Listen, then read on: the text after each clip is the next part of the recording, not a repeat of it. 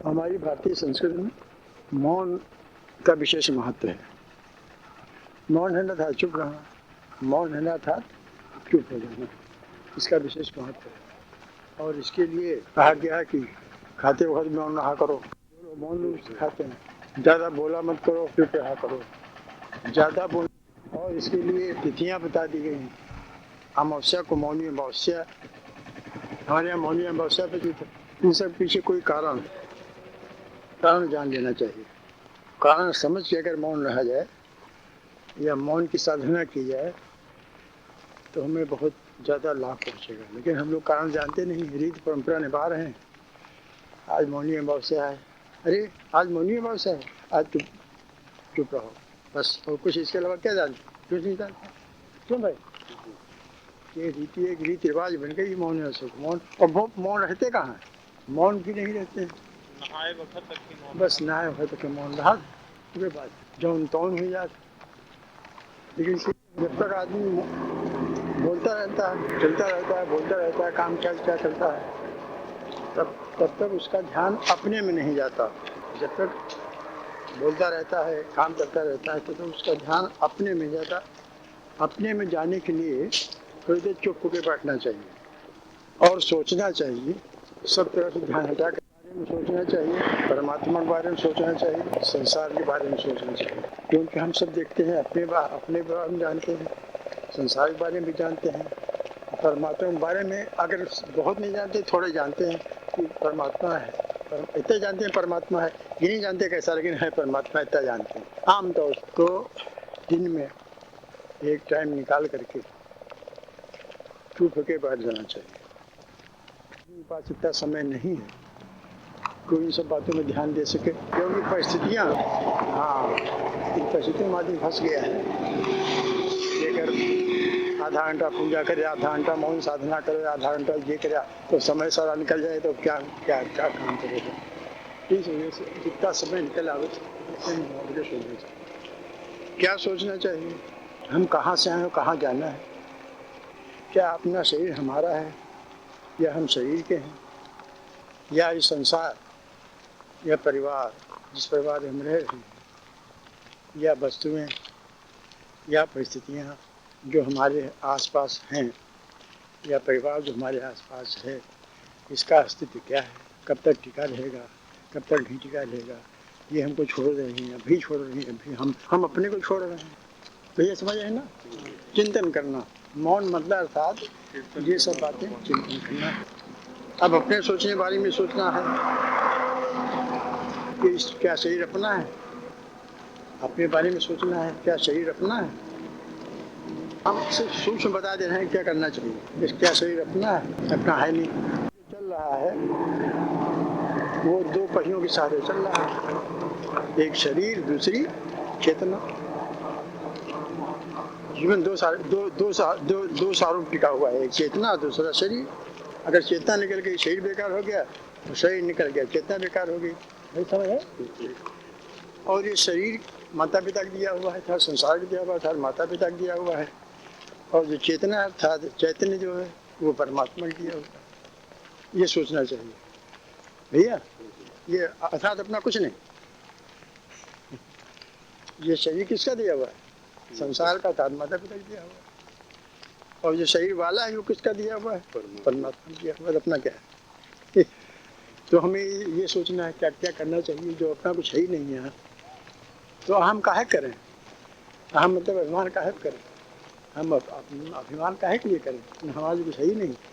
अच्छा, और जो कुछ है, जो ये सामग्री हमको मिली हुई है, अर्थात जो संसार मिला हुआ है, वो संसार, ये सोचने की बात है बैठ करके, रोज सोचने की बात।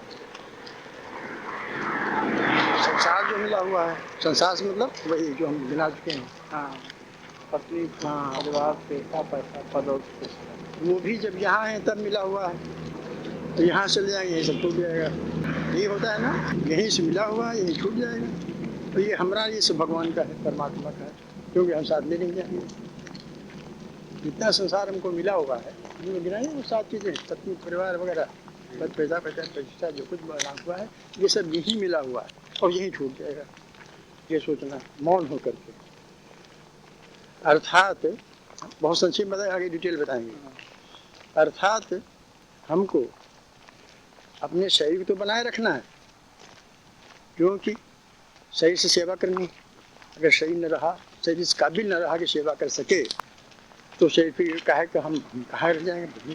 तो अपने शरीर को बनाए रखना है, लेकिन हम शरीर है ऐसा नहीं समझना है। हम शरीर है ऐसा नहीं समझना है। शरीर बनाए रखने के लिए काम करना है। स्वस्थ रहे इसके लिए भोजन आवश्यक है। शरीर स्वस्थ रहे इसके लिए भोजन आवश्यक है। कैसा भोजन आवश्यक है ये भी सोचना है। शरीर अस्वस्थ न रहने पाओ ये भी सोचना है कि सही सही तुलसी धनधाम शरीर लो। इसी शरीर से हमें सारे काम करना है, संसार सारे काम निपटाना है इसी शरीर से। अगर शरीर अस्वस्थ हुआ सारे काम कहाँ निपटा पाएंगे, कर्तव्य अपने कहाँ पूरे कर पाएंगे। तो इसलिए शरीर को बनाए रखना है। अब कैसे बनाए रखना है ये सब बारे में सोच। फिर ये सारा संसार, सारी परिस्थितियाँ जो हमारे आसपास हैं, जो हमको मिली हुई हैं, ये धीरे धीरे करके जा रही हैं। ये भी देख रहे हैं ना, जो कुछ मिला हुआ है, वस्तुएं, आदमी, परिस्थितियाँ, ये सब धीरे धीरे करके छूट रही हैं। ये भी सिर्फ टाइम सोचना है, छूट रही हैं। अब इनके ऊपर अगर हम मोह रखेंगे तो हम दुख होगा। ये सब सोचने की बातें हैं। देखिए, बैठ करके सोचना है, मौन रह के सोचना है। नित्य प्रत की ये साधना है, मौन साधना इसे बोलते हैं। सोचना है इसे, तो इसके बारे में हमें क्या ज्ञान होना चाहिए। ये छूट रही हैं। आज माता पिता हैं, कल नहीं रहेंगे। आज वो परिस्थिति है दुख के सुख की, भी कल नहीं रहेगी। क्योंकि आप संसार में देख रहे हैं ऐसा हो रहा है।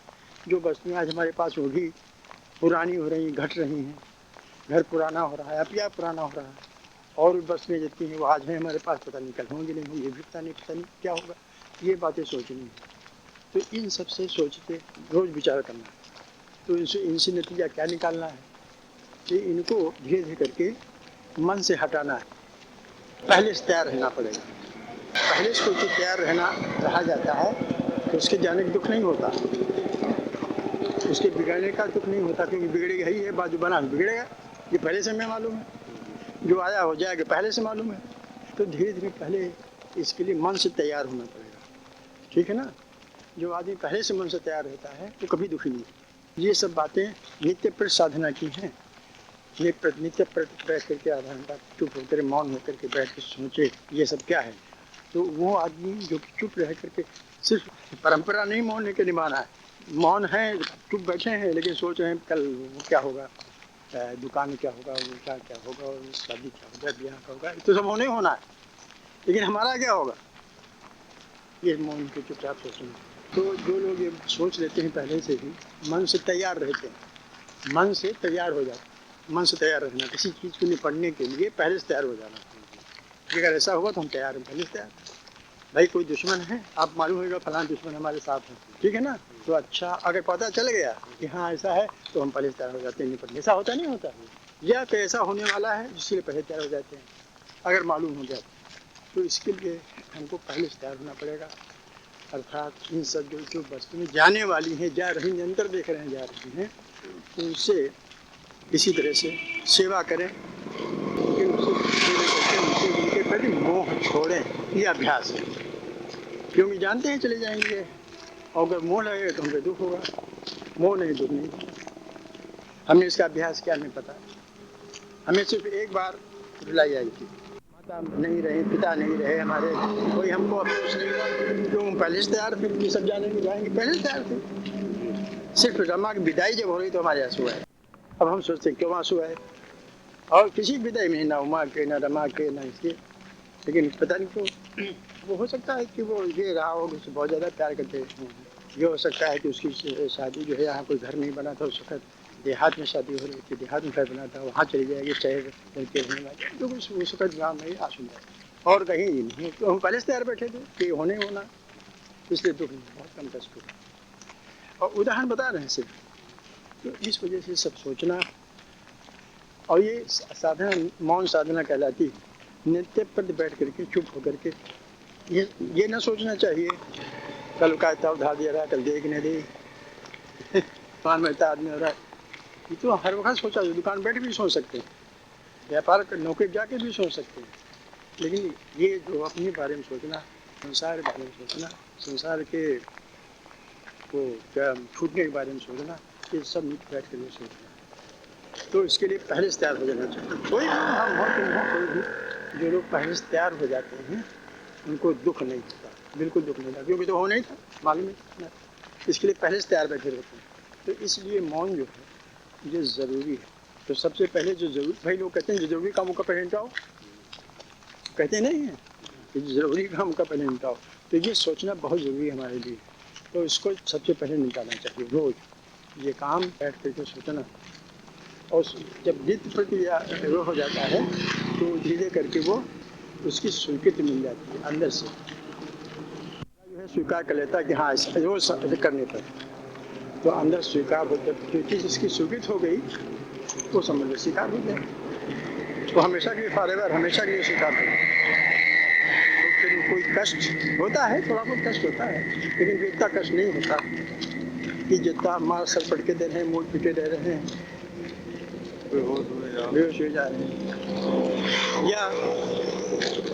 या जब लड़का आ जाए तभी प्राण टूटे, हाँ, या पैसा में ध्यान धरा हुआ है, तब ये सब बातें आप ही आप बंद हो जाए, क्रियाएं आप ही आप सुधर जाती हैं, पाप होना आप ही आप बंद हो जाता है, पुण्य काम आप ही आप होने लगते हैं, आगामी इष्ट जो है जिससे मरते हुए दोस्ते नहीं हैं वो आप ही आप बंद हो जाता है। क्योंकि कबीर का उदाहरण ले लो, सब डर पे मरण से तो मेरो मरण आनंद, कबीर कहते हैं नहीं, सब जग डर पे मरण से मेरो मरण आनंद, कब मरिए कब भेटिए पूर्ण परमानंद।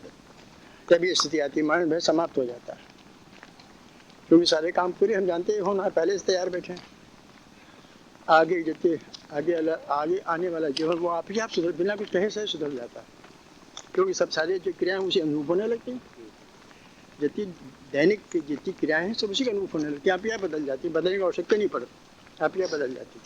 सिर्फ इतना कि हम आधा घंटा 10 मिनट 15 मिनट नित्य प्रति मौन साधना करके अपने बारे में सोचें, संसार के बारे में सोचें और परमात्मा के बारे में सोचें, मौन धारण करें। इसलिए हमारे संस्कृत में मौन साधना की बात, मौन धारणा की बात, और फिर अमावस्या को मौन बना गया है।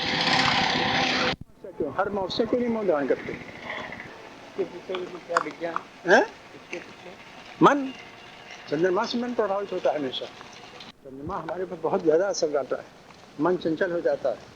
ये चंचलता कहाँ, चंद्रमा की तरह होती है। चंद्रमा देखो समुद्र पर से डालता, ज्वार भाट आता है नहीं आता, आकर्षण करता है चंद्रमा। चंद्रमा जो है हर चीज़ को आकर्षित करता है, और समुद्र को भी इतना बड़ा समुद्र आकर्षित हो जाता है, भाटा ज्वार आने लगता है। प्रत्येक मन पर चंद्रमा का असर पड़ता ही है। मन चंचल स्थिर ये चंद्रमा के अनुसार में और चंद्रमा के अनुसार होता है। तो अमावस्या के दिन चंद्रमा रहता नहीं, विशेष करके उस दिन मन को शांति प्रदान के लिए निश्चित रूप से मौन होना चाहिए। आज चंद्रमा है नहीं, उसका असर जो है हमारे मन पर नहीं पड़ रहा, तो मन हम चिंतन जो करते हैं, परमात्मा को ध्यान में क्यों रखना चाहिए। सबसे प्रधान कारण ये है, इसका नतीजा फल इसका क्या है, प्रधान फल, और सब गौण फल हैं, लेकिन प्रधान फल ये होता है कि जब हमेशा परमात्मा ध्यान में रहता है तो अंत समय में भी परमात्मा ध्यान में रहता है। लोग कहते हैं साधु समझते हैं परमात्मा ध्यान लगाओ, क्यों कहते हैं, इसलिए कहते हैं कि उसमें हमारा ही कल्याण है, अंतमति सा कहती है नहीं। तो अगर हम परमात्मा ध्यान लगा रहता है, सब काम करते हुए भी सब काम करते हुए परमात्मा पर ध्यान लगा रहता है, तो आदत पड़ जाती है, तो फिर हमेशा ही परमात्मा ध्यान लगा रहता है, काम कर कुछ भी करते रहो, तो अंत समय भी परमात्मा में ध्यान लग जाता है। और नहीं तो अगर आदत नहीं है तो जैसा अगर संसार में ध्यान लगाता है तो अंत समय भी संसार में ध्यान लगा रहता है। इसलिए ध्यान लगाना परमात्मा। अच्छा, ध्यान क्यों नहीं लगता, आमतौर से ध्यान लगने नहीं लगता है। ध्यान न लगने के कई कारण हैं। लोग कहते नहीं है कि ध्यान लगाने बैठो ध्यान संसार में लग जाता है, पर ध्यान लगता ही नहीं। कई कारण हैं, ध्यान न लगने के कई कारण हैं, ध्यान लगने के भी कई कारण हैं। एक तो पहला न लगने का कारण एक ये है, आमतौर से बता रहे हैं, सबकी साथ सुनने की बात नहीं बता रहे हैं हम, आप सब अपने सबकी बात बता रहे हैं, आम आदमी ज्ञान जनता की। एक तो हम परमात्मा को समझ नहीं पाते, परमात्मा के संबंध में हमारी भ्रांतियाँ हैं, परमात्मा के संबंध में हमारी भ्रांतियाँ हैं, पाते हैं जल्दी जल्दी कि परमात्मा हमारे में ही है। दूसरा कारण ये है, हम समझते हैं परमात्मा कहीं किसी मंदिर वंदिर में होगा। भैया समझ रहे हैं, ध्यान इसलिए नहीं पाता। पहला कारण क्या बताया, भ्रांतियाँ परमात्मा, कोई भगवान मानता है, कोई परमात्मा मानता है, कोई ईश्वर मानता है, हाँ कोई राम मानता है, कोई कृष्ण को मानता है, लेकिन राम में कृष्ण में एक है, परमात्मा है नहीं मानते। परमात्मा को दूर मानते हैं, अंदर नहीं मानते, आमतौर से बात बताते हैं। जी गुरु जी, ध्यान ही नहीं जाता। हाँ, कि हमारे अंदर ही परमात्मा है। इसलिए जब ध्यान लगाओ तो ध्यान काहे लगे, कारण और एक और कारण है कि हम परमात्मा में इसलिए ध्यान लगाते, परमात्मा हमको कुछ देगा। ये भी कारण है। ये भी जब मंदिर अंदर जाते हैं, क्या समझ भाव लेके क्या जाते हैं, मंदिर जाते हैं, घर में बैठते हैं, तो प्रधान जो भाव के अंदर होता है कि भगवान हमें कुछ देंगे, वरदान देंगे, सब संतान देंगे, संसार देंगे, भगवान भक्ति देंगे, ये भगवान अपने हमको दे देंगे, ये नहीं रहता। आमतौर से बात बता रहे हैं, ये ध्यान रहता है कि भगवान अगर दे दें तो भगवान का लेके हम करबे, ये भाव राज हो गया। सही बात है। हम लोगों के अंदर, हमारे अंदर तो यही भगवान का लेके करबे का ये भाव है। अच्छा, यही बात है। और दूसरी बात एक है कि जब हम किसी वस्तु को लेकर भगवान का ध्यान करते हैं, किसी वस्तु को लेकर के, तो ध्यान तो वस्तु में चला जाता है, भगवान कहाँ रहता है? बिल्कुल सत्य। ध्यान तो चला जाता है वस्तु में। क्यों भैया? अगर न भी ध्यान पर जाता, लेकिन आम तौर से आदमी सोचता है भगवान को हम ध्यान करेंगे तो भगवान ध्यान में आएंगे, तो भगवान से ये मांगेंगे, वो मांगेंगे, ऐसा मांगेंगे। कहीं जाते हैं आप किसी मंदिर में, किसी द्वारिका में, कहीं किसी जहाँ मतलब जहाँ तीर्थ स्थान, वहाँ अगर जाते हैं, वैष्णो देवी जाते हैं, मतलब इस प्रकार की बातें आम धारणा बता रहे हैं लोग, यही है तो वहाँ जाके ये मांगेंगे वो मिलेगा। और अगर जाएंगे तो आप ये तो नहीं मांगे तो आप मिल जाएगा, आप सब पाप धुल जाएंगे। मतलब ये सब विचार अंदर रहते हैं, इसलिए वो ध्यान नहीं लग पाता। ध्यान तो उसमें मांगने में चला आता है, वस्तुओं में चला आता है, भगवान ध्यान नहीं रहता, भगवान के माध्यम से प्राप्त होने वाली वस्तुओं में चला जाता है। तो ध्यान चला जाता है वस्तु में, भगवान ध्यान कहाँ लगेगा? संतान कोई मांगता है, कोई सोना मांगता है, कोई चांदी मांगता है, कोई पद मांगता है, कोई प्रतिष्ठा मांगता है, कोई वैभव मांगता है। अगर नहीं मांगता तो दिल में भावनाएं रहती। क्यों भैया? जहाँ से ध्यान होता है वहीं सब भावनाएं मौजूद है। तो कहाँ ध्यान लगे? ध्यान तो सब में चला जाता है, ध्यान तो वहाँ चला जाता है, कहाँ ध्यान? तो इसके लिए सबसे पहली बात है कि भगवान ध्यान कब लगेगा? जब ये सारे कारण जो है, जिनके कारण भगवान ध्यान लगाते हैं नहीं लगता। लोग कहते हैं लगा रहे हैं, भगवान ध्यान लगता ही नहीं, तो कहाँ से लगेगा? ये सब सारे कारण अपने अंदर भरे हुए हैं। ये सारे कारण धीरे करके एक समाज को तभी भगवान क्यों लगेगा, नहीं तो कैसे लगेगा? तो अगर भगवान में ध्यान लगाना है, भगवान को अपने अंदर देखना होगा, भगवान को अपने अंदर देखना होगा, और ये दृढ़ विश्वास रखना पड़ेगा। ये अभ्यास से आएगा। मेरे हर कर्म को ईश्वर देख, हाँ, मेरे हर काम को ईश्वर देख रहा है। इसके अलावा भी जितनी कुछ मिला है यहाँ तक, शरीर भी ईश्वर का ही है। जितनी सामग्री मिली है, जिसके लिए हम कामना कर रहे हैं, जो कामनाएं हमारे अंदर हैं मिली है, या जितनी मिल गई हम कामना कर रहे हैं, भैया जितनी वस्तुएं हमें मिल चुकी हैं या जितनी वस्तुएं हम कामना कर रहे हैं, ये सब जितनी वस्तुएं हैं ये सब भगवान की ही हैं, ये सब भगवान की, और इसे भगवान की सेवा में लगानी है। अगर पुत्र मिल गया तो क्या होगा, धन संपत्ति मिल गई तो क्या होगा, जिसने दिया उसी सेवा में लगानी है, तभी तो अपना कल्याण होगा। ये सब बातें कोई नहीं जानता, इसे भावनाएं रहती नहीं अंदर। ये कारण हमने बताए हैं, इनके विपरीत कारण ढूंढना होगा अपने अंदर। हमने कहा ना कि अगर अपना उद्धार, हमने कल बताया, परसों बताया था कि अगर अपना उद्धार चाहते हैं तो कौन उद्धार करेगा? हम स्वयं अपना उद्धार कर पाएँ, दूसरा को उद्धार करने नहीं आएगा। मिला हुआ है ये अपना उद्धार करने के लिए मिला हुआ है। नहीं तो क्या पक्षियों ने कोई बोली थी? पक्षियों ने कोई बोली थी? कोई बोली नहीं, देवना कोई बोली थोड़ा है। जो मनुष्य शरीर का ही मिला है। तो अब ध्यान लगाना है भगवान में, तो ध्यान कैसे लगेगा? जब तक कारण मौजूद है तब तक भगवान में ध्यान लग ही नहीं पाएगा। जबरदस्ती लगाओ, जबरदस्ती लगाओ, बार बार ध्यान चला जाता है संसार में, बार बार ध्यान चला जाता है संसार में। जिन वस्तुएं प्राप्त हो गई हैं उनमें संतोष नहीं हुआ है, अभी और मिले। प्रधान भावना यही रहती है। जो वस्तुएं मिल चुकी हैं इसमें संतोष नहीं, और मिले और मिले और मिले। जो मिल चुकी हैं इनमें संतोष नहीं कि एक लड़का है, 2 लड़का हो, 3 4 लड़का हो जाए, 4 नहीं 5 हो जाए, भले चारों ओर से कचरे लेकिन हो जाए। या जितना धन मिला है इससे और दुगना हो जाए, चौगुना, लखपति, अरबपति, करोड़पति, कुछ संख्या नहीं।